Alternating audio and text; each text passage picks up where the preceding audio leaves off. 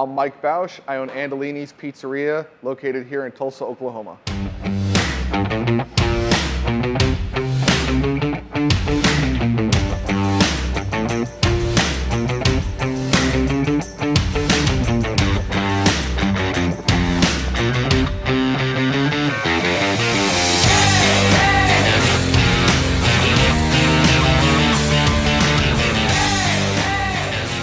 Andolini's is known locally. We have a good reputation. Our claim to fame is making things from scratch, and we say it, that's a very cliche phrase, from scratch. So salad dressings, sausage, meatballs. By calling it Andolini's Pizzeria, the expectation is low and we exceed that, and that gets us on the top of all the online review sites, Yelp, TripAdvisor, Google, 5-star reviews galore. #1 restaurant in all of Tulsa, not pizza, but all restaurants, typically on TripAdvisor. And that gives us cachet with locals, but also transient people coming in from out of town. They see that, they stop in, and it does very well for us. Locally, we do have a lot of competition. Tulsa's a very aggressive market, but a very supportive market. So since we're very beer focused, very craft focused, anyone who goes down that line, whether it's just a craft bar with other offerings, is competition. At the same time, right now we're at our flagship location on Cherry Street, several restaurants on the street, and when people say, well, I don't really want to have a lot of competition, I say, open in the middle of a desert, see how you do. Because being a part of a scene is a good thing, in my opinion. Now, there can be too much saturation, especially if everyone's doing pizza. And we're getting to that point on this street where a few people have seen how well we've done, and there's other places looking to open pizzerias. There's a chain of around 15 pizzerias locally that always won every award up until we came into town. So they've had to pivot their marketing strategy. Then there's other pizzerias locally that are trying to go for that craft nugget, but they don't really hit on, you can call yourself craft and have everything right, but you don't have the knowledge of real fermentation and properly how to cook pizza, you're not gonna succeed. And it's a fine line right now between talking down to the customer with having, this amazing wine list and this craft pizza, while also being approachable and being the best value, so that someone who comes into town, they say, hey, where do you want to go to eat? Oh, I know the best pizza place. And that's our demo. And I think that's the goal for any operator, is to be that.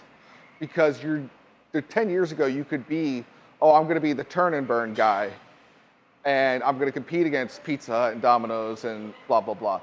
That doesn't really exist anymore because there's so much competition fighting for the bottom of the barrel that it's really where it's at, is being at the top of the hill. And that's what we fight to do every day, is what can we do to stay ahead of trend, stay as a trend setter, not just, okay, well, everyone's doing that, let's do it too. Competing internationally, seeing what the Italians are doing, seeing what I see in some random village in Italy, and bringing that back to Tulsa is what keeps us ahead of the pack.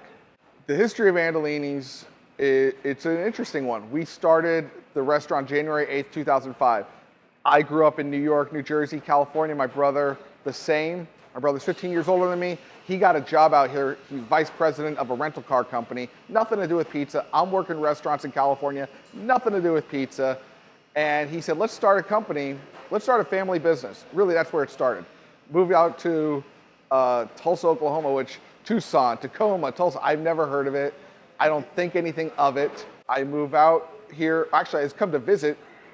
See lines of people, lines for Chili's, because so many businesses were transitioned their headquarters here.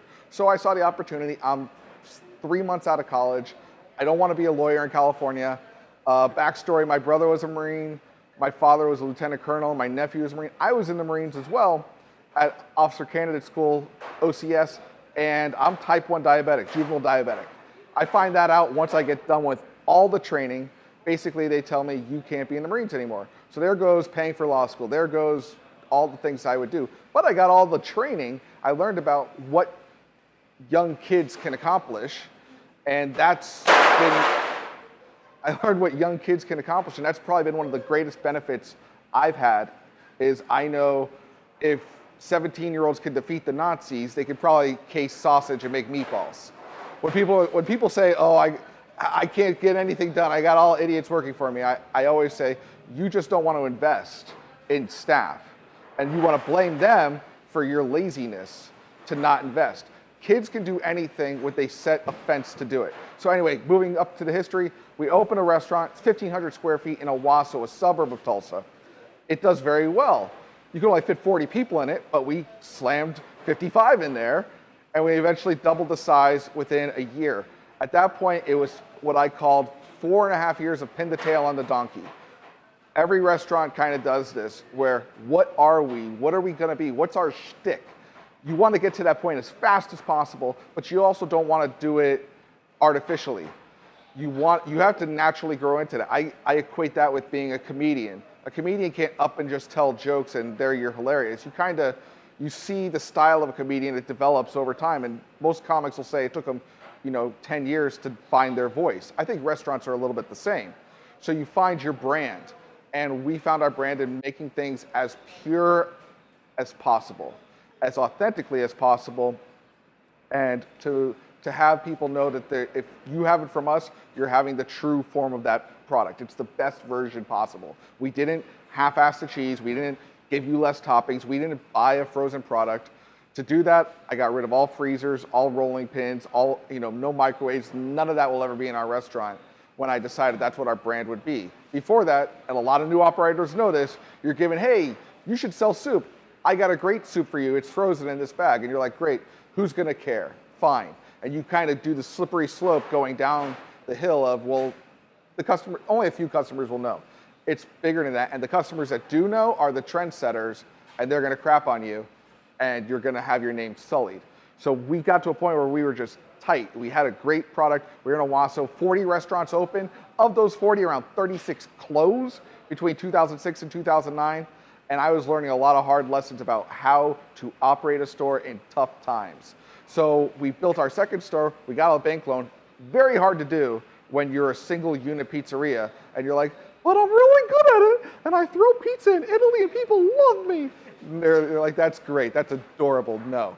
Every bank said no, and then one family bank gave us a loan, said okay, and they're very, very lucky because we've made them a lot of money at this point, and we opened our second unit, and it hit like crazy. This store I'm in is our second store. We built all this to look this way like it's been here since the 1920s, because I find a New York 1920 style bar to be the most comfortable of environments. I don't want it to look trendy, especially because trend I have to change in 4 years. I want it to look comfortable and classic. So this can just keep going and going. So we hit that, it hits hard, and I see something I've never seen before. I see people dressed up to come eat at a pizza place. I had never seen that. And I said, oh crap, this is like a nice place. Okay, and our logo up till then was like a cartoon kind of happy guy with a beer and a pizza. I said, we gotta, our brand is shifting and we need to shift with it. And we made it more focused and a more like conscientiously. Our logo now is just simpler and more focused and kind of I'm trying to get the word, a guy who's just looks like a 1920s Italian guy looking forward into the future. I thought it worked. We moved on to that. Then we got, and after that point, we were like, well, where would we go next? And instead of going and finding people, every single store we've had since 2011, someone came to us and said, we want to do a deal with you, which has made it much easier to be the pretty girl at the dance. And they just come and they're like, well, we want to fund all your equipment, and we need this scene, we need this street to be a scene, and we think Andolini's is what we need. So we moved to Broken Arrow. That's exactly what happened, got funded that way. Then we added a food truck to go to all the concert venues and all the events that happen all around Oklahoma that we don't need a physical brick and mortar location at. From there, we opened a side brand called STG. It's Napolitana style pizza in the heart of downtown because it's pretty close to here, around a 10-minute drive. That worked. That was happening well. Then we transitioned again, added another store this year in 2017 in a very rich suburb on a place called the Riverwalk. another massive location funded all by Cherokee money because they have a casino across the river, really want to have a great scene, and having something that has a good brand, but it's also local, is what we provide. And we're in that money spot of not being a dirty pirate restaurant that has a few units, because if you're not but also not being a soulless corporation where no one's ever going to touch the restaurant. We're right in the middle there, and that's our sweet spot. And we've stayed there, and we're doing very well in that space. From here on, we're looking to, people are just coming at us and throwing ideas at us. We're acquiring a space next door. It's a debate when you get to this level. Do you do mass production? Still, you're guys making the food, but instead of multiple stores killing themselves for prep, maybe prep at one location and send it out. It's a space we've wanted to get to for the last 13 years, and we're finally there, and that's where we currently sit today. Our concept it's basic, but it works. It's unique takes on Italian classics. It's a full-service bar, full-service restaurant, takeout, during lunch, pizza by the slice, available as an unlimited combo. Again, Tulsa, Oklahoma, I got to hit a lot of demos. There's people who want the most pure, perfect 20-inch layered topping pizza. There's other people who I'm pulling them away from going to a buffet. Now, they come here, they get 2 slices, unlimited salad, unlimited pasta. They're usually going to have 1, 2, maybe 3 items, and it's $10, no drink included. I do very well with that. In fact, that was the saving item that I created in Owasso when I was in this suburb, and every buffet was kicking my ass. I said, well, I can't, what do I do? So I did this, it's unlimited pizza, and you hedge your bets. Now, we did it all day, and when we came here, we're like, let's just do it Monday through Friday for lunch, and since then, we've shifted that to all the other locations. Now, this, again, unique takes on Italian classics. So when someone else is baking garlic knots, we fry them. Instead of eggplant parmesan as an entree, we do it as a very eclectic appetizer. We take spins on things, and we're not beholden to one standard. There's a few things that we try and be authentically identical to, but for the most part, we let the ingredients be identical, and then we come up with our own chef-focused spin on those things. That's why STG, our side brand, Specialty and Tradition Guaranteed, means this is exactly what you would get in Italy. We make gelato. We make Napolitana pizza. We don't kind of do it. We don't kind of buy gelato mix or something. We make it exactly as you would get if you were next to the Trevi Fountain in Rome. Same machines, same ingredients, and above all else, the same process, same attention to detail. And I think that's what a lot of operators are getting missed for. They're saying, well, I bought San Marzano tomatoes, I bought the most expensive cheese, but if you don't know how to integrate the ingredients at the right temperature, at the right time, how to properly ferment it, you're lost in the sauce. And you're doing something that is not authentic, and it's not going to work over time. When it comes to what my customer thinks of us, I think it's very important for any operator to think first, what do I want them to say? And then how do I get them to say it? It's always great to know your goal. My goal, and I accomplish this goal daily, is, oh, that place is the best. That's the best. Oh, you're in town? I got to take you there. That's what I know I want it to be, and I can work down from there. I have a big thing that I stand behind. If you're not impressive, by default, you are unimpressive. Now, let me explain that. To staff, you showed up on time, you did your job, you balled the dough, you went home. Great. It's still not impressive. So by default, you're unimpressive. You're like, no, but I did everything right. I'm like, and that's fine. You're fine. You did everything fine, but you're still not impressive. A lot of restaurants think, well, we got the drinks on time, and the lights were on, and they asked for a pizza, and we gave them a pizza. So what happens is the customer comes in, they have that experience, and they're like, oh, how was Joe Blow Pizzeria? It was good. You want to go back there next week? I want to try it out. Oh, no, I'm good. I've already been there. That's what I'm looking to avoid. I need ecstatic. I need, oh, that place is, oh, they do this, and oh, this thing.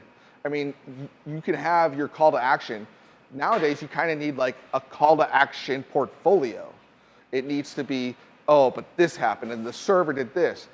Food, service, ambiance. All 3 have to be hitting. All 3 have to be impressive. Otherwise, you're another pizzeria. And there's a lot of people putting cheese on bread. A lot of them. So what makes your cheese on your bread experience different from the next guy?